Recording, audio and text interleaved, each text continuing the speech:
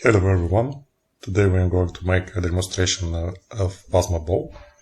It's a ball that the air is sucked out of it and it's put some inertial gases like neon, argon, krypton or xenon or combination of them. In the middle you can see an electrode which is at high voltage, several thousand volts. And if I put the finger over it, then the current starts to run from the electrode through the gas to my finger and from my finger to the ground. It's a very low current, and it's happened because the electrons on the electrode get repulsion from the electrode. I'll switch off the white just to be more contrast.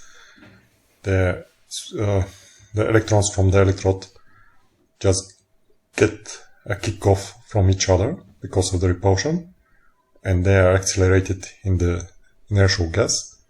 They hit the inertial gas and the gas starts to glow because it's ionized, and then the current flow.